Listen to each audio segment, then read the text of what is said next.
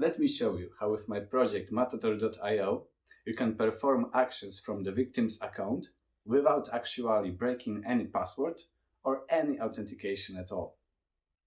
So you're a victim, and this is a portal where you store some kind of data. You're either already logged on by the Remember Me option, or you just log on manually. You can see your photos here, you can share them, delete them, or do anything you like with them. Those are your photos. But after a while, you decide to go to a second website, probably a little bit less reputable one. You read posts, click through some pages, do what you would normally do.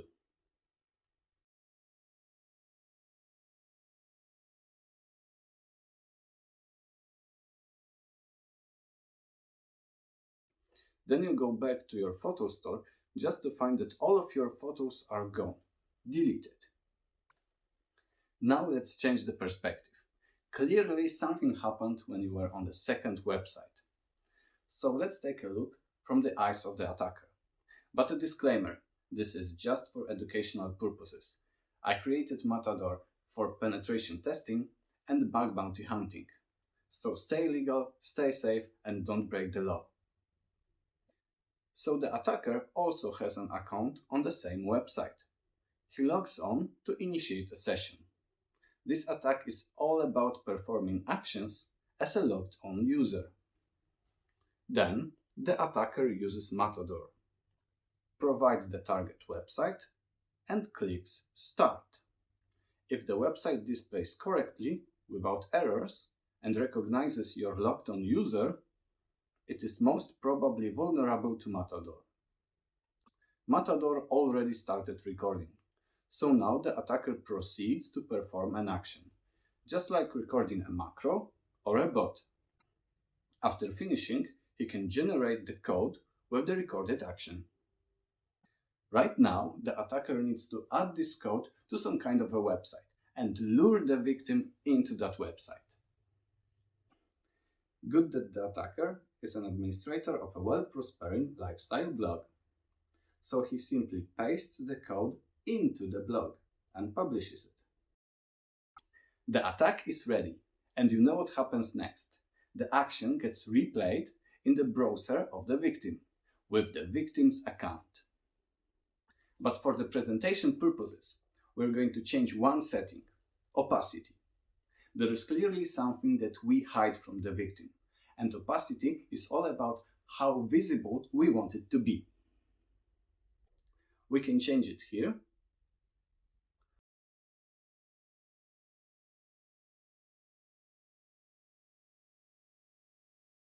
or after the code is generated. We go with 50%. Now you can see how Matador works. Whenever your mouse is over anything clickable, like a link or button, it puts an invisible frame with a vulnerable website right under the pointer. Notice that no matter how you move the mouse, the pointer is exactly over the place that we clicked in the recorder. See what happens when the victim clicks. The click lands exactly where we want it. The blog in the background reacts just as the user expected, and the frame now changes position to catch the next click. Once the victim interacts with the blog 3 times, he fully performs the recorded action. He deletes all his photos all by himself. At the same time, there are 2 stories that take place in the user's browser. One that is visible to the end user, and another one that is hidden. And Matador makes sure that the click pushes forward both of the stories, the visible and the hidden one.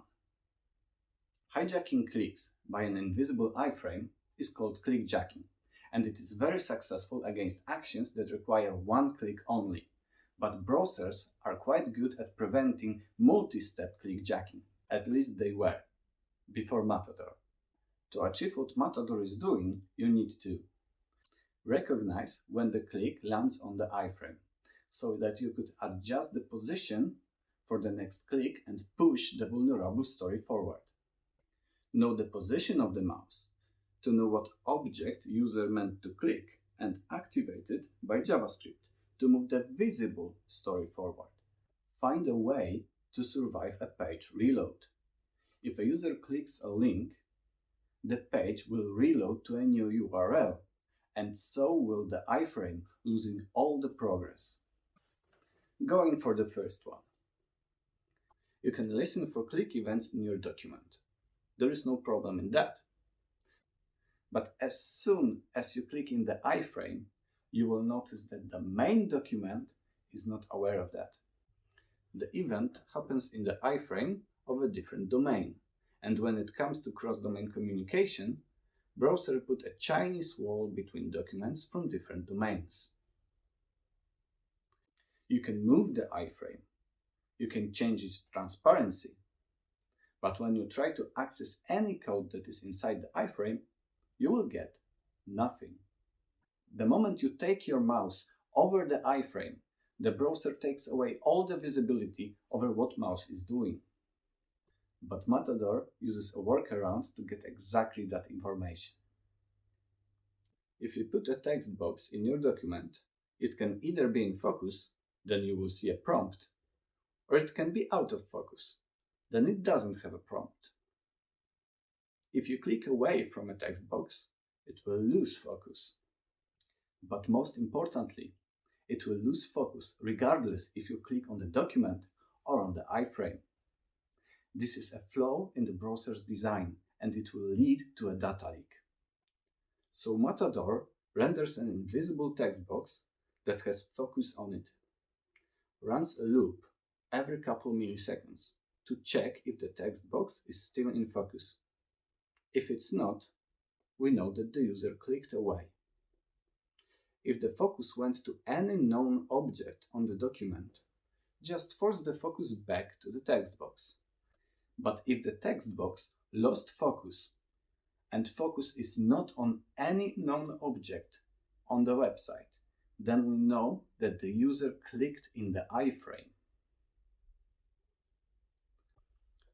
We take note of that, run any actions we want to process the click, and then force the focus back on the text box. So the first problem of knowing when the user clicked in the iframe is solved by monitoring switches in focus. Let's go to the second one. We need to know the mouse location.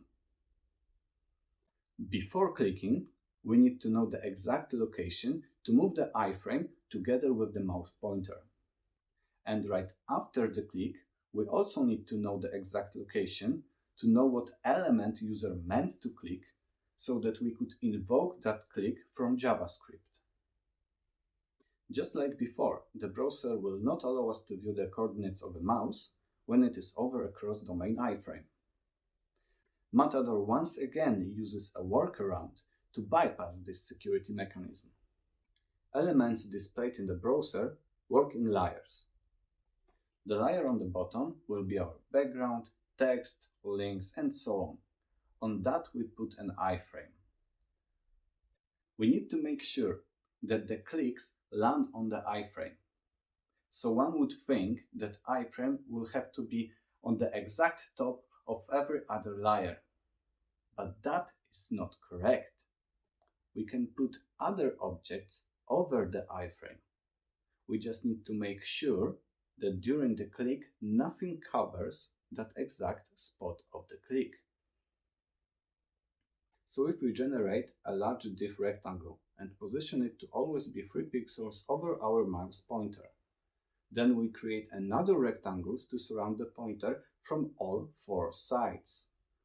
What we achieved is that the mouse is still over the uncovered iframe, so the clicks will land where they are supposed to. But we also know the location of the mouse with the precision of 6 pixels. When the mouse moves inside the 6-on-6 square, browser will not give us the location, but as soon as it touches any of the rectangles, for a split second, it's over the main document. We take note of the location and move the rectangles once again to form the 6-on-6 window. The second point is solved by abusing the layering system. We can get the location of the mouse with 6-pixel precision while maintaining the ability to hijack clicks in the iframe. So let's move to the point 3. So we found ways to move around the story of the vulnerable website. We also know the location of the mouse. So when the user tries to click a link, we know which link he wanted to click. To maintain his user experience, we click that link from the JavaScript code. But when we do that, all is lost, because the page gets reloaded, and so does the iframe. For a 5-click action, user needs to stay on the website for 5 clicks without reloading. And to solve this, Matador once again uses a workaround. You already know that Matador exploit is a JavaScript code that you add to a website, and then it opens an iframe with a vulnerable page. So let's reveal the next level of the inception. Matador doesn't actually open one iframe. It opens 2. The vulnerable story is in one iframe, an iframe that is invisible. And the visible story is also put in the iframe.